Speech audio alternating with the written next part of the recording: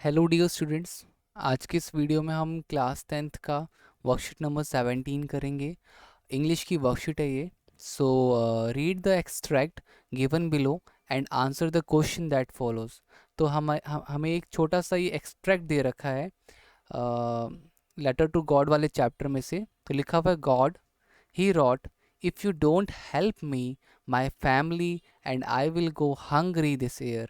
तो वो भगवान को लेटर लिखता है लैंचो कि अगर आप मेरे को हेल्प नहीं करोगे, मेरी मदद नहीं करोगे, तो इस साल मैं और मेरी फैमिली भूखे मर सकते हैं। I need 100 POCs in order to sow my field again. तो उसने ना 100 POCs, जैसे हमारी कंट्री में रुपया होता है ना बच्चों, 100 रुपया 200 रुपया, तो उस जो लैंचो था उसकी करेंसी थी POCs। तो उसको 100 POCs चाहिए थे ताकि वो सीड्स जो होते हैं ना, पौधे, बीज वगैरह खरीद सके।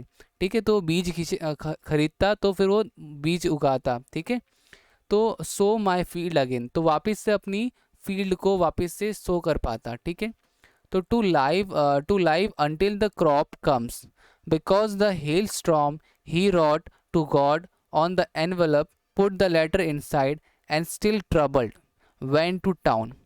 At the post office, he placed a stamp on the letter and dropped it into mailbox। तो उसने ये अपनी पूरी दुख भरी घटना को लिखा कि इस तरीके से जो ओले पड़े थे जिस वजह से सारी फसलें मेरी ख़राब हो चुकी थी, और अब अगर आप सब हेल्प नहीं, गॉड आप मेरी हेल्प नहीं करोगे तो मेरी फैमिली भूखी हो सकती है, इस साल भूखी रहेगी। ठीक है, और ये सब लिखने के बाद उसने मेल बॉक्स पे सेंड कर दिया। ठीक है, आगे क्या हुआ?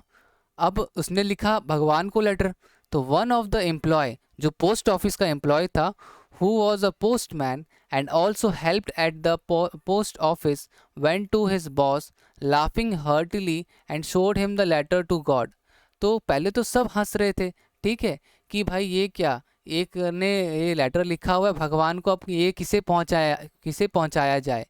Never in his career as a postman had he known that address. अब भाई किसी को एड्रेस पता हो भगवान का तब ना वो जा कर के उसको करवाएगा। ठीक है ना, तब ना वो जा कर के उसको क्या कहते हैं, पोस्ट करवाएगा। भगवान का एड्रेस तो किसी को नहीं पता। तो the post master, a fat amiable fellow, also broke out laughing, और उसकी भी हंसी छूट गई। बट ऑलमोस्ट इमिजिएटली ही turn serious and tapping the letter on his desk commented, what a faith. तो क्या हुआ कि देखो, हर किसी को हंसी आएगी ना कि कोई भगवान को लेटर लिख रहा है और पोस्ट ऑफिस में डाल रहा है। ठीक है ना, तो हर किसी को हंसी आएगी, तो उसकी भी हंसी छूट गई। बट एकदम से फिर वो सडनली सीरियस हो गया and tapping the letter on his desk commented, what faith, मतलब क्या भरोसा है। I wish I had the faith of the man who wrote this letter. उसने बोला काश मुझे भी इतना जितना जितना क्या कहते हैं उस बंदे को अब भगवान के ऊपर भरोसा था, काश मुझे भी होता तो क्या बात होती। तो starting up correspondence with God.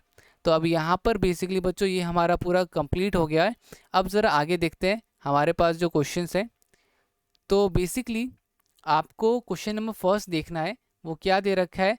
Lencho writes a letter to God, what trait about his character is highlighted here.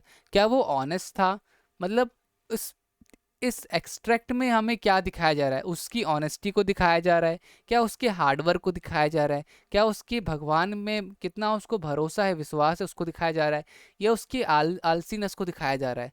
तो लेजीनेस नहीं बच्चों, तीनों में से इस कहानी में ये दिखाया जा रहा है कि उस व्यक्ति को उसके भगवान पे इतना भरोसा था कि उसने लेटर लिखा, तो उसने उसने उसने ज़रूर भरोसा था कि भगवान उसको हेल्प करेंगे। तो उसने सी वाला ऑप्शन हमारा यहाँ पर करेक्ट होगा। ठीक है, अब देखो जो आपका सेकंड क्वेश्चन है, which quote do you find most appropriate for this extract.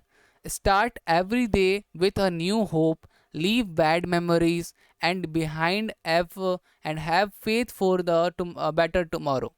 तो क्या बोला जा रहा है कि हर दिन एक आशा हमेशा रखो और अपनी जो पुरानी और बैड मेमोरीज थी उसको पीछे छोड़ दो, और हमेशा ये भरोसा रखो कि कल बेहतर होगा। आज बुरा है, आज मुश्किल है, बट कल बेहतर होगा। ठीक है, तो ये एक दे रखा था।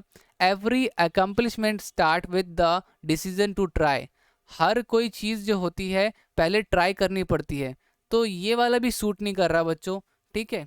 और उसके बाद लिखा हुआ है नथिंग इज इम्पॉसिबल ओनली इम्प्रूवेबल। अब यहाँ पे नथिंग इज इम्पॉसिबल भी नहीं होगा, ठीक है। The clearest way into the universe is through a forest wild merge zone. अब यहाँ पे इन चारों में बच्चों, इन चारों में तीन तो बिल्कुल भी इस जो हमारे पैराग्राफ दे रखा है सूटेबल नहीं है। तो कौन सा सूटेबल है? तो सूटेबल है हमारा ये वाला ए ऑप्शन, ये करेक्ट होगा कि हमें भरोसा रखना चाहिए, हमेशा आशा रखनी चाहिए। तो ये वाला हमारा ऑप्शन सही होगा। तो बच्चों ये वाला आपका इस पर टिक लगा दीजिएगा आप, ठीक है। ये वाला हमारा सेकंड का ऑप्शन सही होगा, ठीक है। आई होप बच्चों ये आपको क्लियर हो गया होगा। तो गाइज़ अगर आपने अभी तक वीडियो लाइक नहीं किया तो प्लीज़ बच्चों वीडियो को लाइक करो, ठीक है। दोस्तों के साथ शेयर करो, क्योंकि आपका सपोर्ट मुझे बहुत मोटिवेट करता है आपके लिए ऐसी वीडियोस बनाने के लिए। और लाइक शेयर करने में बच्चों आपको कुछ भी टाइम नहीं लगना, आपको मुश्किल से 1 मिनट लगेगा वीडियो को लाइक करने में और दोस्तों के साथ शेयर करने में। इससे आपका फ़ायदा होगा और आपके दोस्तों का भी फ़ायदा होगा, ठीक है। और मुझे मोटिवेशन मिलेगी आपके लिए ऐसी वीडियोस और बनाने के लिए। खैर क्वेश्चन नंबर थर्ड करते हैं। थर्ड है amiable is a word use to describe the post master in the extract above. After reading the three given meaning tick the most accurate assertion from the option in the box. तो amiable मतलब क्या होता है? Kind, unfriendly, warm. तो अब यहाँ पर क्या होगा? एमीमेबल बेसिकली बच्चों देखो वो होता है बेसिकली काइंड, ठीक है। काफ़ी काइंड होना, काफ़ी वार्म होना, मतलब वो उसने उस लैंचो के बारे में पोस्ट मास्टर ने बताया था। तो बेसिकली यहाँ पर आपका फर्स्ट और थर्ड ऑप्शन सही होगा। तो ये डी वाला ऑप्शन करेक्ट होगा आपका, ठीक है। ये डी वाला ऑप्शन आपका करेक्ट होगा। तो इसको प्लीज़ नोट डाउन कर लीजिएगा, ठीक है। तो ये आपका आंसर हो गया। तो गाइज़ उम्मीद करता हूँ आपको स्टोरी समझ में आ गई होगी और आपको सारा कुछ क्लियर हो गया होगा। तो वीडियो अच्छी लगी हो तो चैनल को सब्सक्राइब करो और बेल आइकन को प्रेस करो, ताकि आपको जब भी मैं न्यू वीडियो निकालूं आपको नोटिफिकेशन आ जाए, आपको किसी तरह की परेशानी ना हो, ठीक है। तो मिलते हैं अगली वीडियो में, तब तक के लिए bye bye and take care.